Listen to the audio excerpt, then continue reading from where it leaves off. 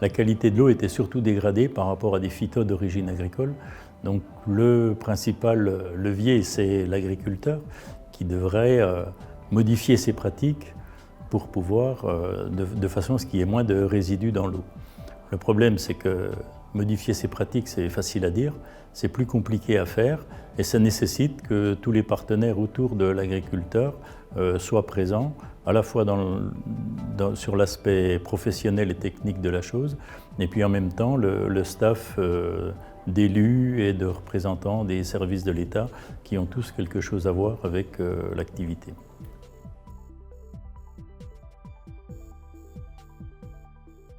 Avec l'ANREAL, ça nous a permis plusieurs choses. Déjà, une aide financière au travers d'une personne qui sera recrutée. L'animation des ateliers qu'on a mis en place, il est aussi grandement fait sous l'égide de l'ANREAL.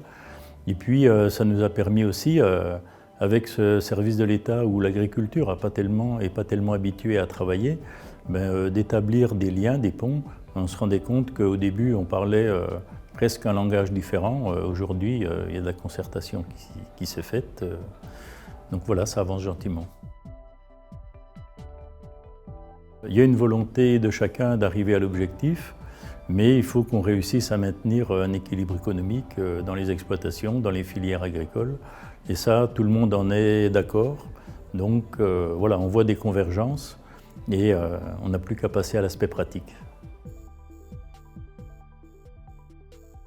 Le défi, ça va être d'avoir la capacité à ce que les agriculteurs adhèrent à notre démarche, qu'ils la partagent et que concrètement ils la mettent en œuvre.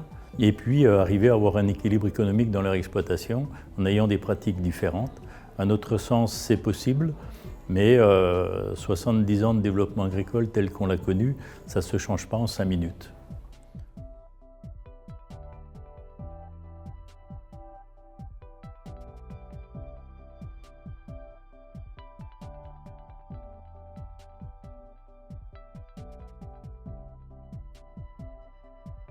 Alors concrètement, nous travaillons sur des filières émergentes. Notamment, on pourra citer quelques points, la filière légumineuse, lentilles, pois chiches, avec peut-être bientôt du quinoa, l'agroforesterie, avec la partie arboriculture, et le développement et l'encouragement au maraîchage, avec des pratiques, bien évidemment, respectueuses de l'environnement et de la protection de la ressource en eau.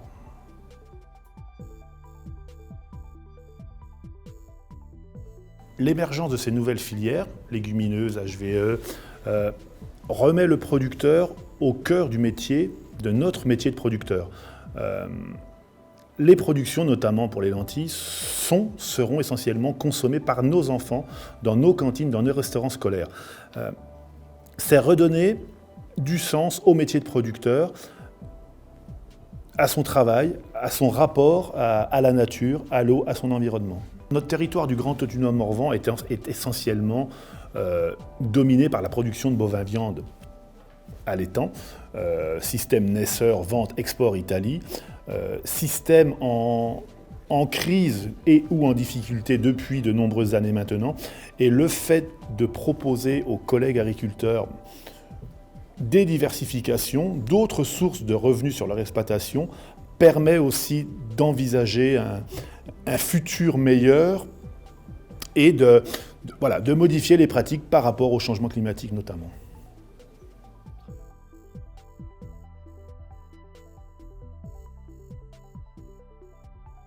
Cette activité d'éleveur nous a permis de mettre en place une commission paritaire avec la création d'une association Les Saveurs de nos prairies autunoises, donc, qui regroupe 20-25 éleveurs qui nous permettent de mettre donc des bêtes bovines, donc à une GMS et une partie à la cuisine centrale à Autun.